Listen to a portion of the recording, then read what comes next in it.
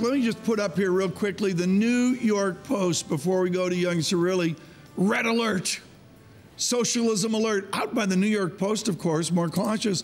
Not on Staten Island in an important election there, but a red alert is someone that knows Bernie Sanders. They won. That's our setup for Kevin Cirilli, Chief Washington correspondent. Bernie Sanders had a good evening, Kevin Cirilli, in New York City. Discuss.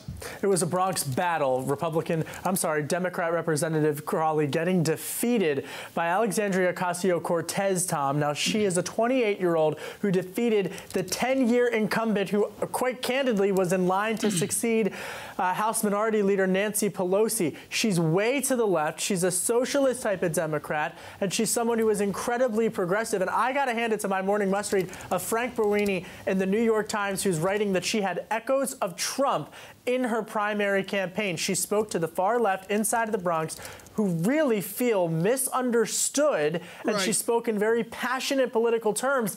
The centrist Democrat losing, and even President Trump, kind of basking in the glory a bit in the tweet last night, saying that Congressman Crowley should have been more respectful to him. But, what will it mean for Democrats, and how do they adjust? Is there any sense of a centrist Democrat view this morning, or, do they tilt Sanders? I just don't buy it for a minute. What are they going to do nationally?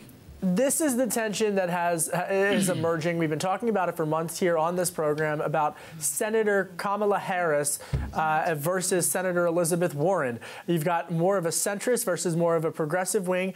The fight for the soul of the Democratic Party is just beginning. And even, I'm checking my morning emails. Senator Elizabeth Warren sending out a fundraising email last night after these victories and saying that she's going to keep on trying to fundraise with groups like MoveOn.org. So we're at the cusp of a very new election cycle, but some political warning signs, populist warning signs last night in the Bronx. Kevin, one final question as well. What does Mr. Trump do forward off of the Supreme Court decision? From a political standpoint, how does he leverage that huge victory?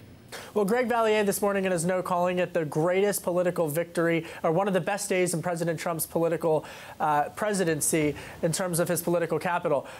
The bottom line is that this is a president who got a win from the Supreme Court, a conservative Supreme Court, but a win nonetheless, and a win in Washington is a win.